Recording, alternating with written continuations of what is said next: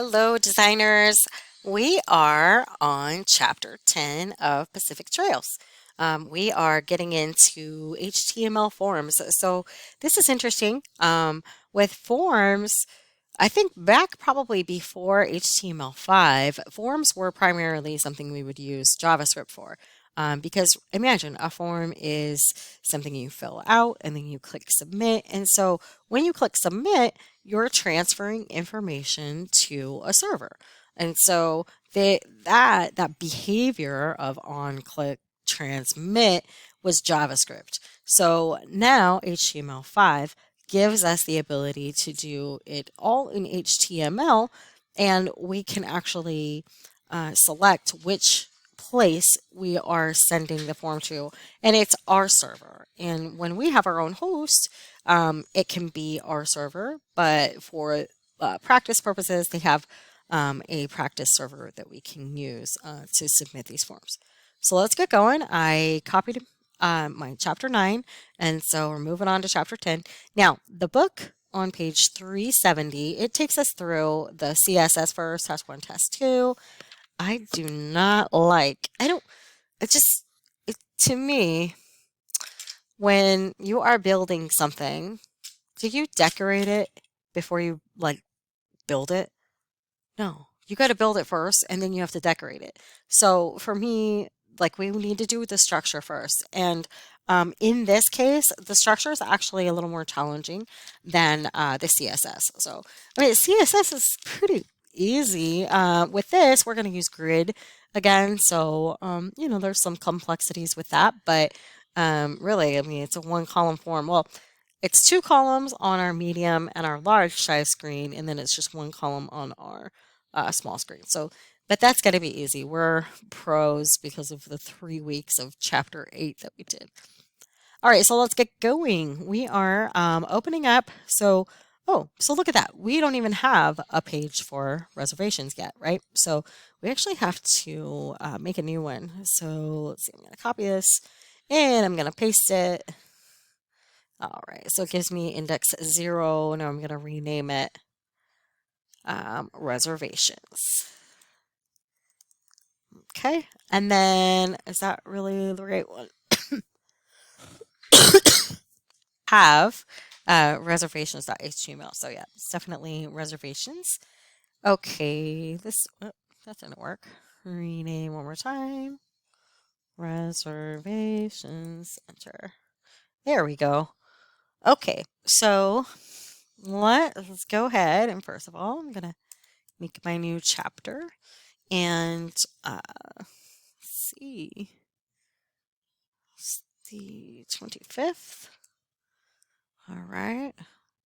Okay, so let's get down to business. All right, so we don't need to do anything with the header. The navigation's still the same. We don't have an image anymore. If you look at page 374, we don't have an image.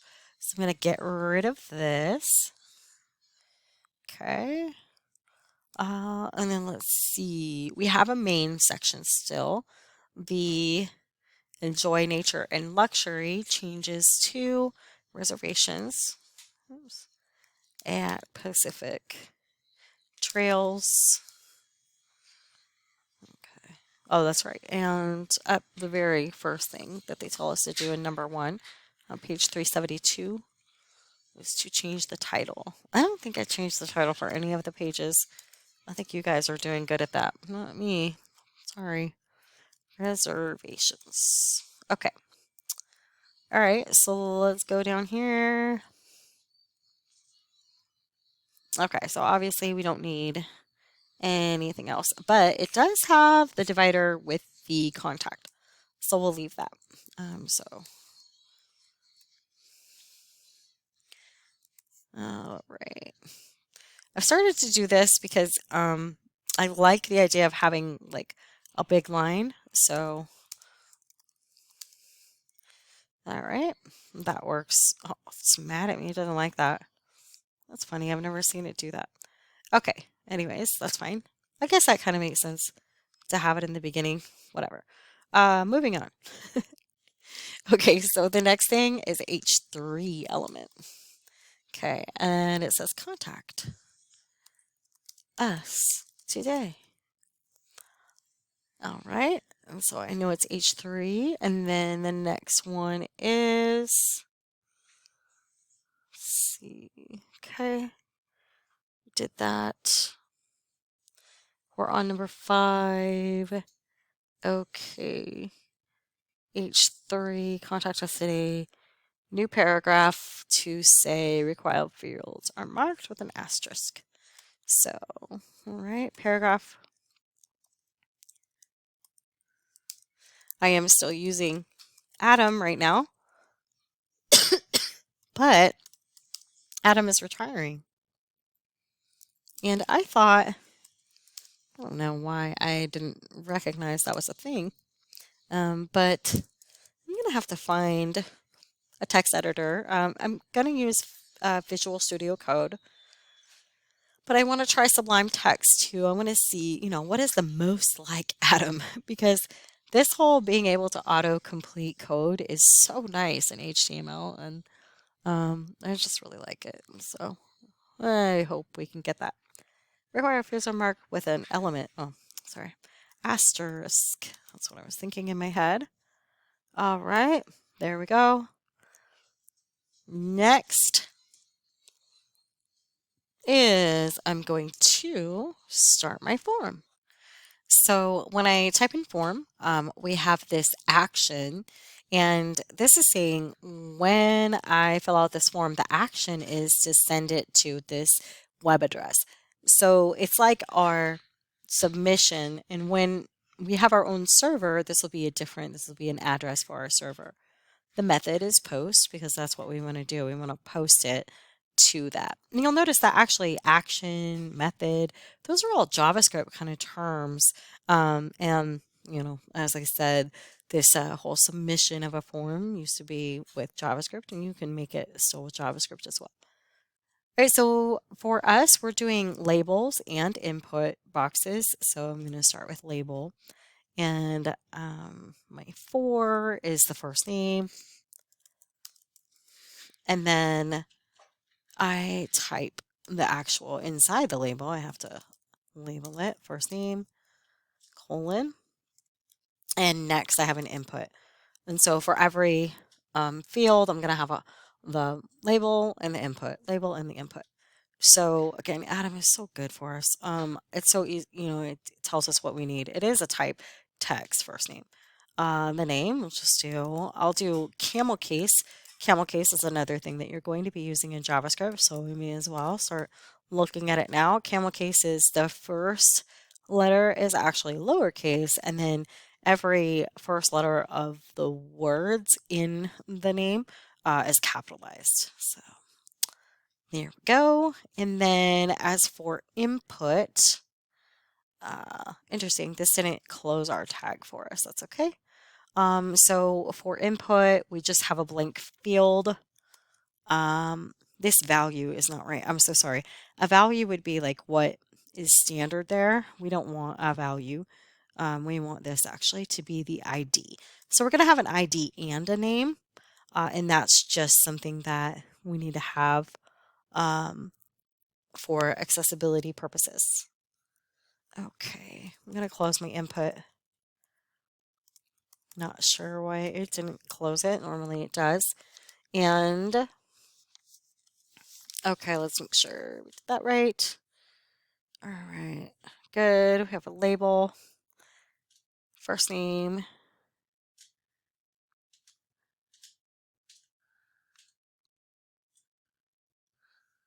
Okay, configure the require. That's right. So we have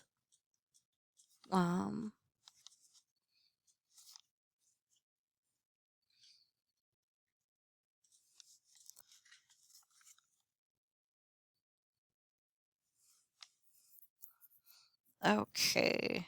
Oh, this needs to be the ID. My bad. Okay, this label is for this input. Okay. Oh, this first name needs to go in this for. Okay, that makes more sense. Because it says you want the value. Well, I'm doing first name, as the value of the ID and name attributes, and then configure the required attribute. We'll do that in a second. And then use the for attribute to associate the label element with the form control. Okay, so that's the label. Okay, and the input. All right, and then required.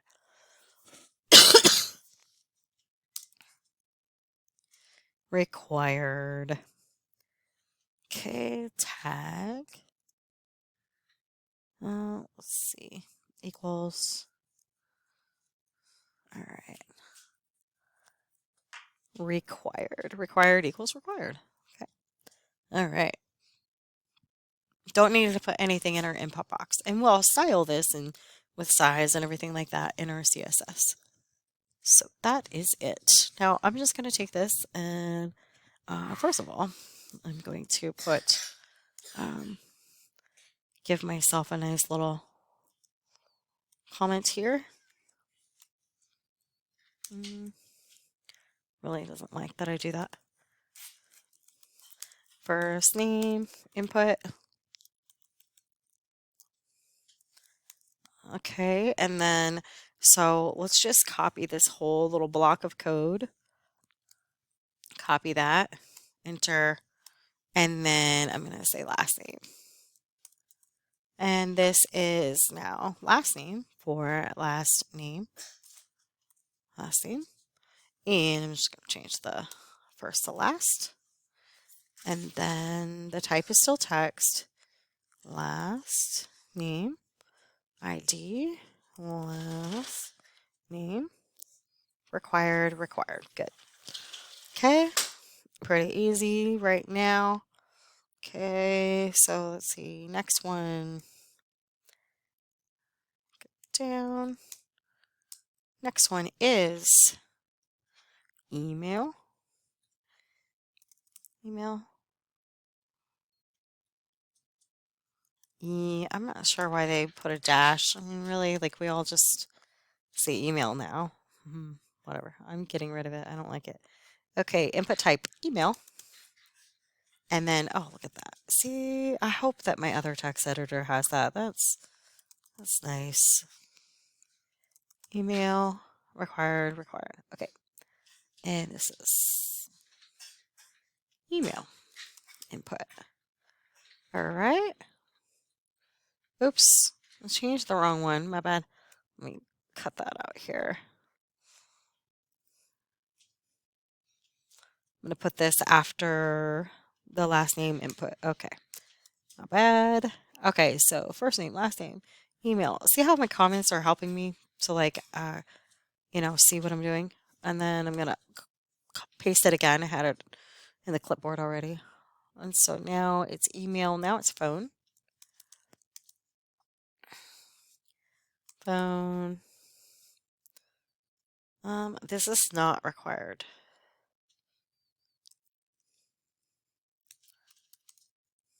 Oops. Bad. This is not required. Phone. What is happening here? Hold on. I don't know what's going on. Here we go. Label. Okay. I don't know. I think I was accidentally touching something. Phone. Input type.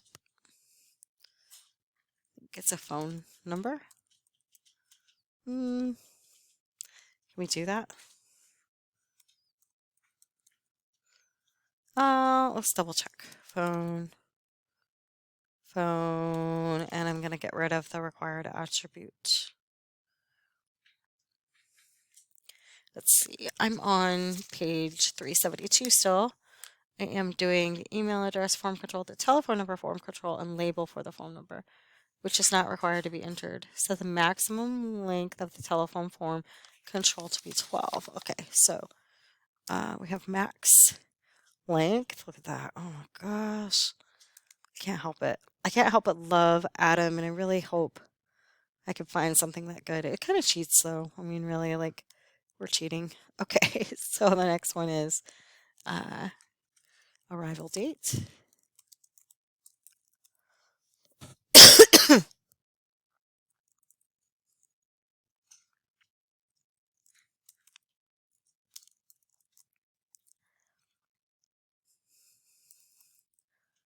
This is cool. We have date time. Well, we're going to do date time.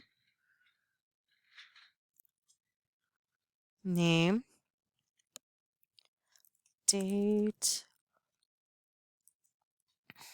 Date. It's not required. Get rid of the required. Okay, but we do need a Mac. We need a, what do we need? Let's see. On calendar form control, label for the arrival date, which is not required. Okay, good. That's it. And then last one.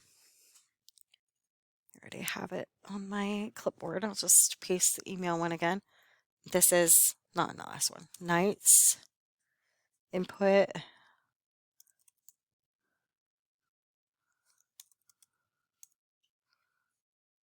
Okay, nights.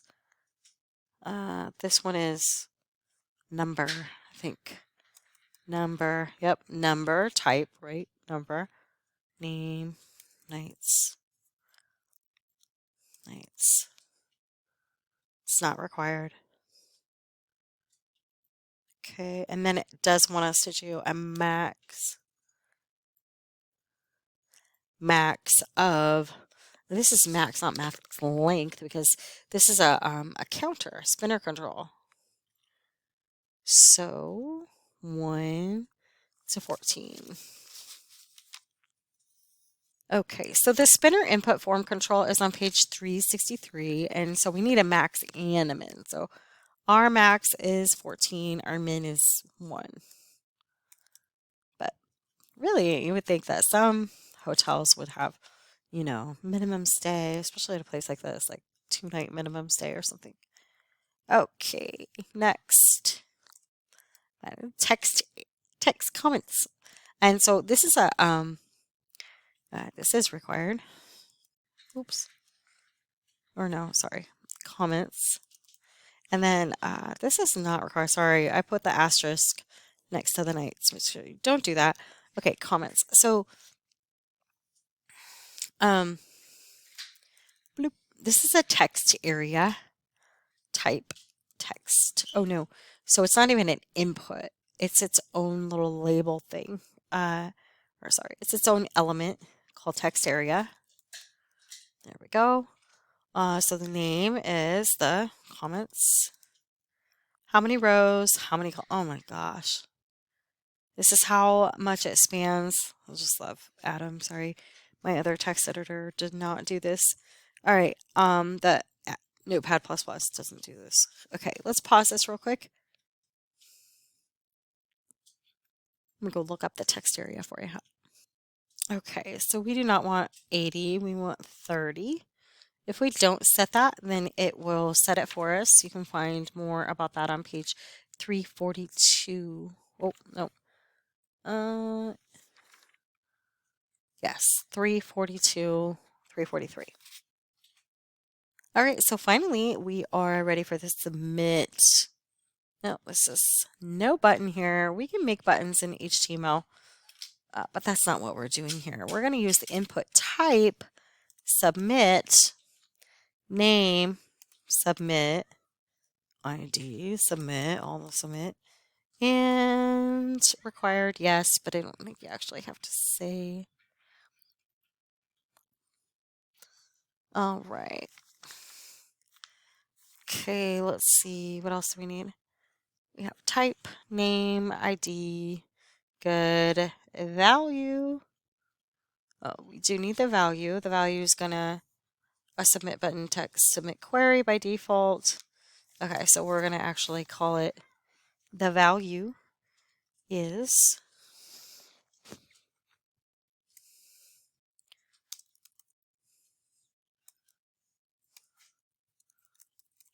submit.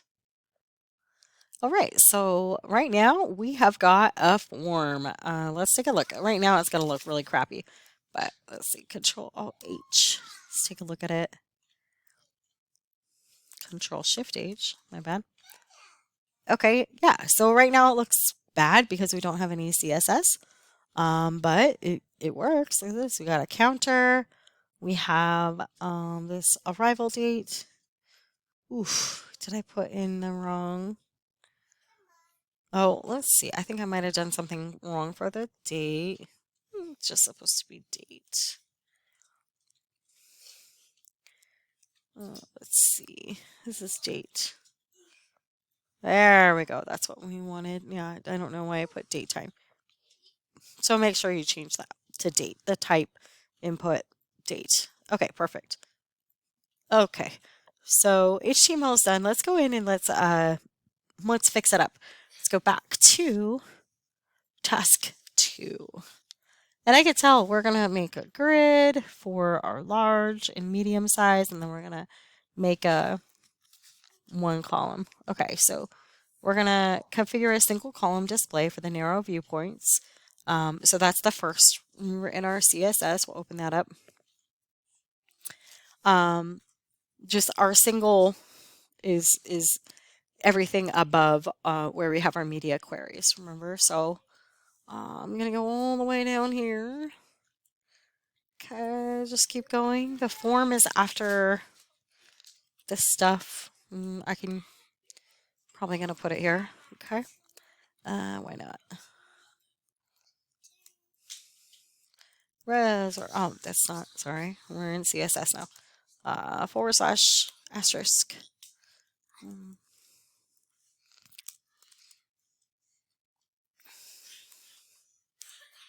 Okay.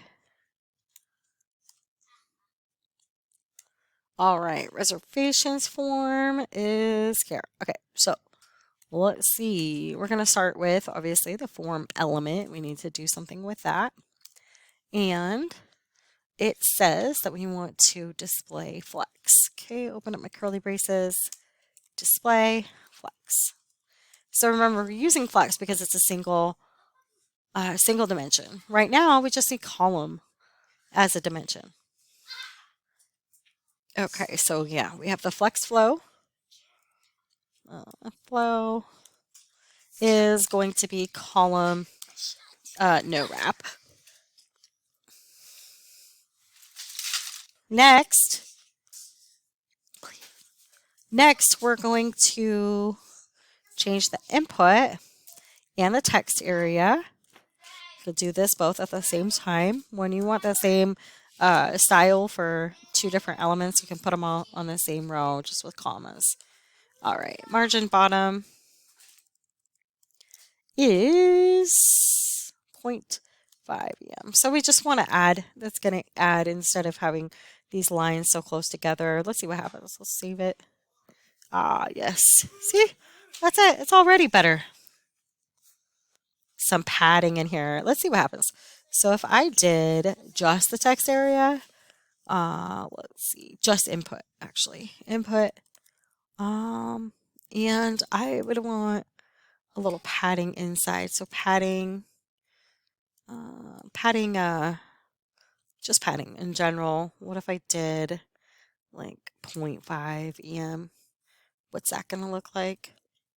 Ah, yes, I like that better. I think that looks nicer. Yeah, I mean, what was it like when we did this? Yeah, that looks bad. I'm gonna keep it. I like my thing. Okay, I'm giving it padding. So now we're going to configure for the medium and large. We're going to use grid. So I'm going to go to the first media query with a min width of 600 pixels because remember that's going to pick up everything above, all the single column layout, and then it's also going to pick up, if I don't change anything in the 1024, then this will be the standard. So I'm going to come down here and so I'll make a form element again, selector. And then this is now going to be grid. Okay, so display is grid. And then grid column template. Let's see. Excuse me. Grid gap. Grid template columns is 2. So I say 6 em and 1 fr. So 6 em, 1 fr. Okay. Grid template rows. Template rows is auto. Oops. Uh, Auto. Okay. And then next, let's see, I gotta do,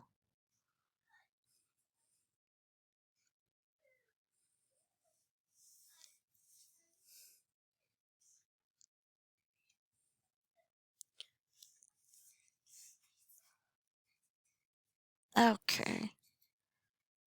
Next, I need to give it a grid display with one EM gap. Let's see, grid gap,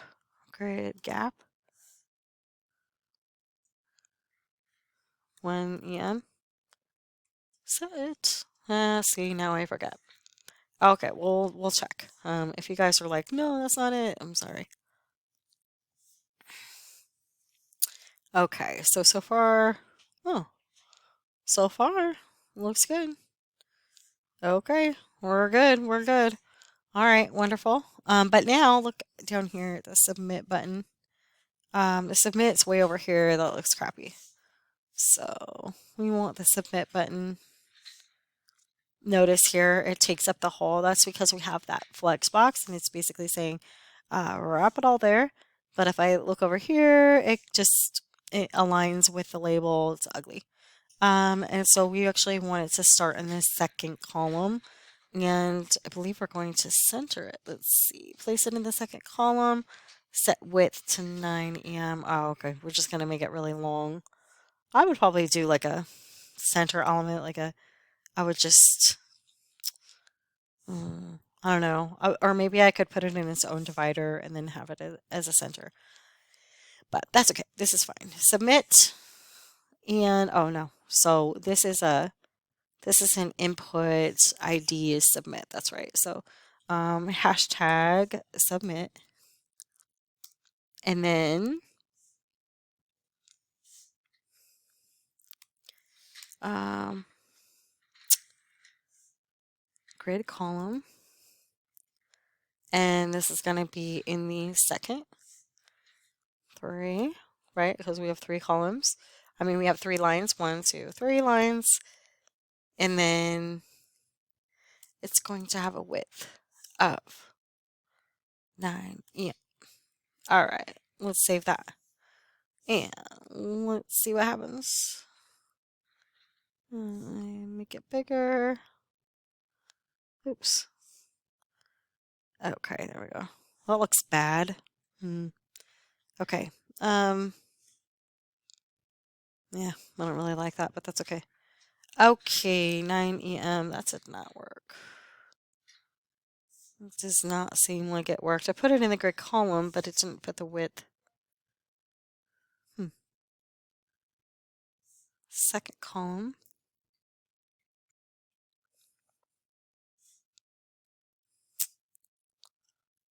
Didn't look like. Oh no, that's how they want it? Ew. It's ugly. Okay. It did do what they wanted. I don't like it, but okay. Next, save it. Okay, so we have this. It's like right on top of each other. Whatever. They're not asking us to do the extra pretty what we think is pretty. Okay, so that wasn't so bad. There's a lot of attributes and properties though with forms that could get kind of confusing. So, but there's so many resources out there. You're never going to have a problem with finding how to make a nice contact form. So I would not worry too much about this. But let's make sure. Let's see. So we want to make sure we want to submit it. If you're connected, this will send it to the server-side script configured in the form tab. I'm on page 373. Confirmation page will be displayed that lists the form control names and the values you entered.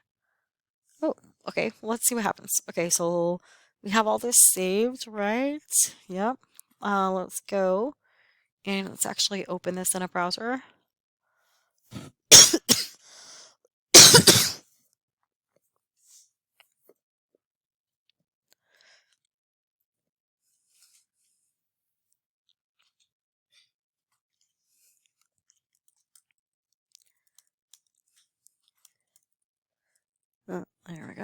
so that's nice. I'm not gonna put this. All right, let's see. Scroll down. Submit query. Uh-oh. Huh. Hey, hey, look at that. So this is something that they already had. Ah, that's cool. Okay, so this is, I get it. So this is the Pacific Trails, the Web Deck Basics. It's like a site that the textbook company put up. Okay, now I understand what's happening here. I don't understand why the submit query. Hmm. Why is it not? That's so weird. Okay, so we have the value submit.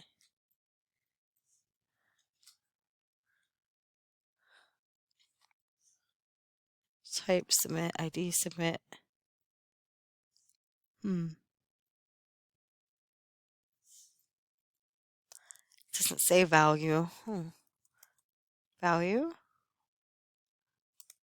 submit. Hmm. But the okay, hold on. Let's see if I can refresh this. Let's go back. Refresh the page. Okay, that fixed it. So I had to make sure there was a value. Remember, like, check stuff out. Make sure it looks the way it's supposed to with the book, even though it looks crappy. This looks weird. You know, do your best. All right. Doing your best is never a bad thing. I know that this should be pretty obvious, but seriously. Look at that. It says reservations. Let's see. Everything works. Yay. Yay. Yay. That's amazing. We've done the whole thing. We coded and styled the form, configured form processing, and completed the final page in the Pacific Trails Resorts website. Super basic website, but we did it. Let's see. What else do we do in Pacific Trails? Okay, next we are going to do Chapter 11, Media and Interactivity Basics. That's great. So again, this media and interactivity, that's normally JavaScript. Just remember, HTML is structure, CSS is style, JavaScript is behavior. Now, this actually introduced us real quick to PHP. It was a PHP script page that was giving us this submit. So when I submitted the information, notice down here, sorry. Okay, let's just do it again real quick. Okay, let's just do this. Okay, oh wow, I don't know why that came out, but that's okay. Submit. So right here, this Pacific.php, this PHP is a dynamic element, and it's the thing that's making it so that we can see all of this. Uh, oh, this looks bad. Okay, so this is going to the server side information. Um, so I actually need to change this. Okay, now that looks crappy. Okay. Oh shoot. Input name. The name should be last name. Is that right? Let's see. Let's see if this happens. Let's see. I feel like I messed this up. First name, because on the server side it looks so weird.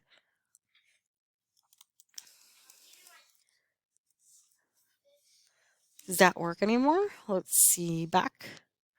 Submit. Nope. Back. Refresh.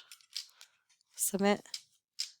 Okay, there we go. Oh, interesting. So, man, it is the name, but it just looks bad. Okay, fine. It looks bad. All right. I think this is just the way that the website was set up. Okay, lots of random things to say. PHP, the point. PHP is a dynamic script, kind of like JavaScript, except PHP actually pulls from a server it pulls the HTML, the CSS, and JavaScript that is needed to render the page. And it's dynamic in the sense that it's going to change based on whatever input is happening. And um, yeah, it's just an easier scripting language, or it has like actual pages itself. So you never see like a .js file as an HTML page, but you will see PHP. So something to look into. Content management systems use PHP. It's a language that, as a developer, you should definitely get to use or get to know and use. As a designer, it's more JavaScript. So I hope that helps, and thank you so much. See you soon.